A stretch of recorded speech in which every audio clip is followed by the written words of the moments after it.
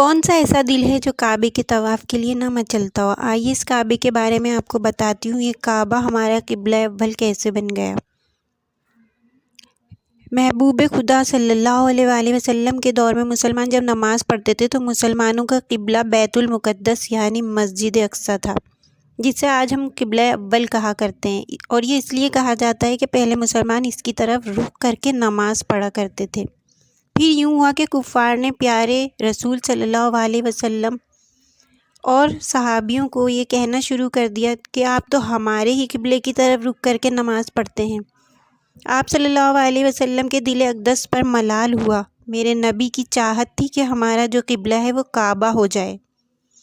میرے نبی کی چاہت تھی کہ ہمارا جو قبلہ ہے وہ کعبہ ہو جائے، اور یہ ایک تاریخی واقعہ ہے۔ مسجد قبلتین کے مقام پر مدینہ منورہ میں آج بھی یہ مسجد موجود ہے۔ اس میں 2 محرابیں ہیں، 2 محرابیں بنی ہوئی ہیں۔ ایک محراب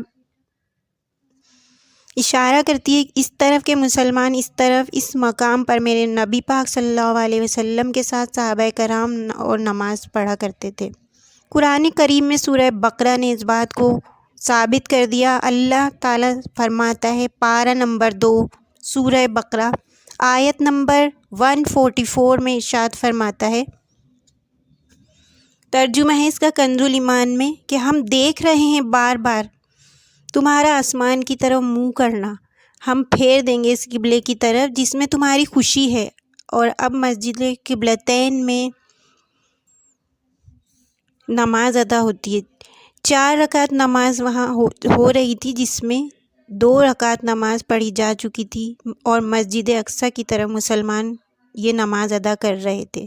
اور دوران نماز نبی پاک صلی اللہ علیہ وسلم کو حکم ہوتا ہے کہ اپنا رخ کعبے کی طرف موڑ دے۔ میرے نبی نے رخ کعبے کی طرف موڑ دیا، اور صحابہ کا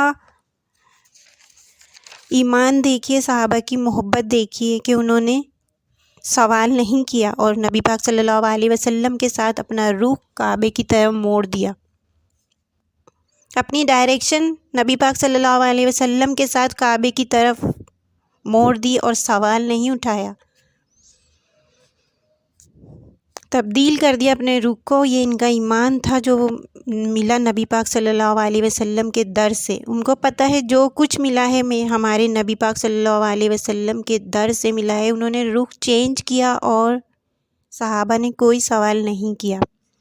خدا کی رضا چاہتے ہیں 2 عالم، اور خدا چاہتا ہے رضائے محمد۔ میرے نبی کی خواہش تھی کہ اللہ تعالیٰ نے یہ قبلہ کا رخ چینج کر دیا۔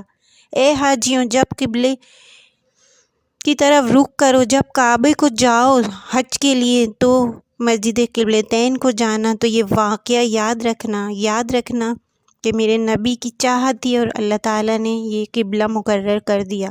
پاک صلی اللہ علیہ وسلم کے مقام کو بڑھنے دیجیے گا۔ یہ مقام، یہ شان اور یہ مرتبہ اللہ کی بارگاہ میں میرے نبی محترم کا ہے، نبی کا خیال تھا، تو اللہ تعالیٰ نے کعبہ تبدیل کر دیا، اور رہتی دنیا نبی پاک صلی اللہ علیہ وسلم نے جس قبلے کو منتخب کیا اس طرف رخ کر کے نماز پڑھتی ہے اور پڑھتی رہے گی۔ اے حاجیوں، یہ واقعہ یاد رکھنا۔ اے حاجیوں، میرے نبی کی وجہ سے آج یہ کعبہ ہماری نماز کا، ہماری عبادت کا مرکز بن گیا ہے۔ اے حاجیوں، یہ یاد رکھنا کہ میرے نبی کا مرتبہ کیا ہے۔